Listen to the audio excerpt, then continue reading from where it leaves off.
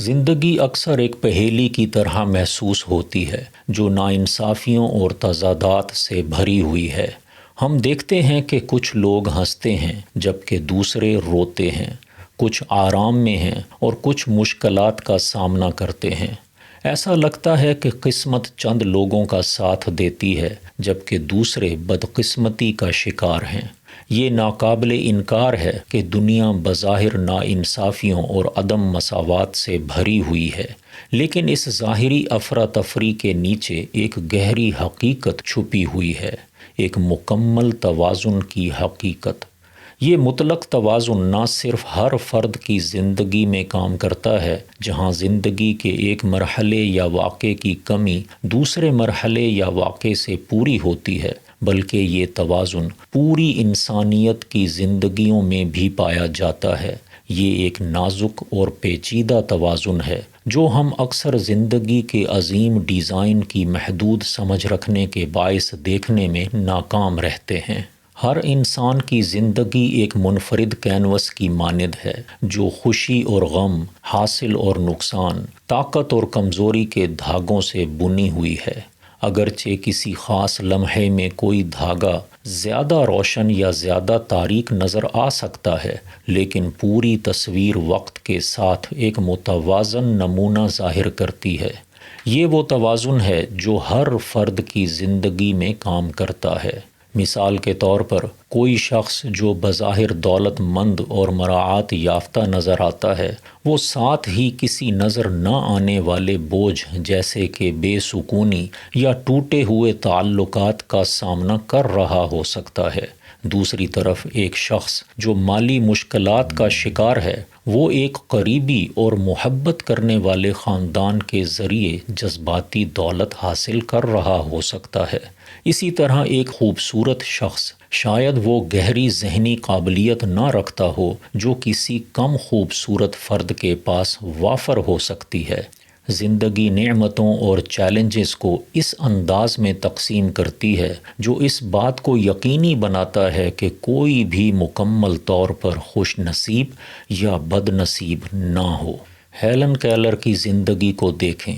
وہ معذوری کے ساتھ پیدا ہوئیں جو بظاہر بہت زیادہ چیلنجنگ تھی، لیکن انہوں نے ایک غیر معمولی ذہن اور حوصلہ پیدا کیا جس نے لاکھوں لوگوں کو متاثر کیا۔ ان کی کہانی ظاہر کرتی ہے کہ زندگی کے ایک پہلو میں کمی دوسرے پہلو میں وافر نعمت کا باعث بن سکتی ہے۔ یہ توازن فرد کی زندگی سے آگے بڑھ کر پوری انسانیت میں پایا جاتا ہے، یہاں تک کہ ظلم اور ناانصافی کے معاملات میں بھی توازن مکمل طور پر غائب نہیں ہوتا۔ مثال کے طور پر جو لوگ دوسروں کا استحصال کرتے ہیں وہ عارضی طور پر دولت یا طاقت حاصل کر سکتے ہیں، لیکن سکون یا اخلاقی سالمیت کھو دیتے ہیں۔ اس کے برعکس وہ لوگ جو ظلم کا شکار ہوتے ہیں اکثر زیادہ استقامت، ہمدردی اور روحانی طاقت کے ساتھ ابھرتے ہیں۔ نیلسن منڈیلا کی زندگی اس توازن کی ایک خوبصورت مثال ہے۔ قید کے کئی سالوں کے بعد انہوں نے ایک عظیم رہنما کے طور پر اپنی قوم کو متحد اور منظم کیا۔ اگرچہ یہ توازن ہمیشہ واضح یا فوری نہیں ہوتا، لیکن یہ موجود ہوتا ہے۔ یہ ایک لٹکتے ہوئے پینڈولم کی طرح کام کرتا ہے جو انتہاؤں کے درمیان جھولتا ہے اور بالآخر توازن حاصل کرتا ہے۔ توازن کا فلسفہ انسانی سوچ میں گہرائی سے جڑا ہوا ہے۔ چینی فلسفے میں ین اور یانگ کا تصور اس بات کو ظاہر کرتا ہے کہ متضاد قوتیں، روشنی اور اندھیرا، خوشی اور غم، نفع اور نقصان ایک دوسرے پر انحصار کرتی ہیں، کہ اندھیرے کے بغیر روشنی، غم کے بغیر خوشی اور نقصان کے بغیر نفع بے معنی ہیں۔ اسی طرح ارسطو کے گولڈن مین کا تصور بتاتا ہے کہ فضیلت کا احساس توازن میں ہے، نہ کہ زیادتی یا کمی میں۔ نفسیات میں ہیڈونک ایڈاپٹیشن کا تصور ظاہر کرتا ہے کہ انسان خوشی کی ایک بنیادی سطح پر واپس آ جاتے ہیں، خواہ وہ بلندیاں یا گہرائیاں محسوس کریں۔ اس کا مطلب یہ ہے کہ فوائد یا نقصانات کے باوجود ہمارے جذبات بالآخر معتدل ہو جاتے ہیں۔ یہ فلسفے ہمیں سکھاتے ہیں کہ زندگی کی ناہمواریاں نقائص نہیں بلکہ ایک بڑی اور جڑی ہوئی حقیقت کا حصہ ہیں۔ بغیر درد کے ہم خوشی کی قدر نہ کر سکتے اور بغیر نقصان کے ہم فائدے کی اہمیت کو نہ سمجھ سکتے۔ یہی توازن زندگی کو معنی اور گہرائی فراہم کرتا ہے۔ اگرچہ زندگی میں توازن موجود ہے لیکن انسان اکثر اسے دیکھنے میں ناکام رہتے ہیں۔ ہمارے ذہن فطری طور پر فوری اور واضح واقعات کی طرف راغب ہوتے ہیں، جس کی وجہ سے ہم پوشیدہ توازن کو دیکھنے سے قاصر رہتے ہیں۔ مثال کے طور پر جو شخص کسی عزیز کو کھو دیتا ہے وہ فوراً یہ محسوس نہیں کر سکتا کہ اس کا غم اس کی ہمدردی اور روحانی گہرائی کو کس طرح گہرا کر دے گا۔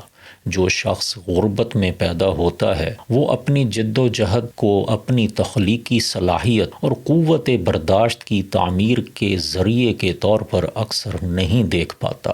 چونکہ ہم زندگی کے توازن کو مکمل طور پر سمجھنے کے قابل نہیں، اس لیے آخرت اور یوم حساب کا عقیدہ اس نامکمل تصور کو مکمل تصویر میں بدل دیتا ہے۔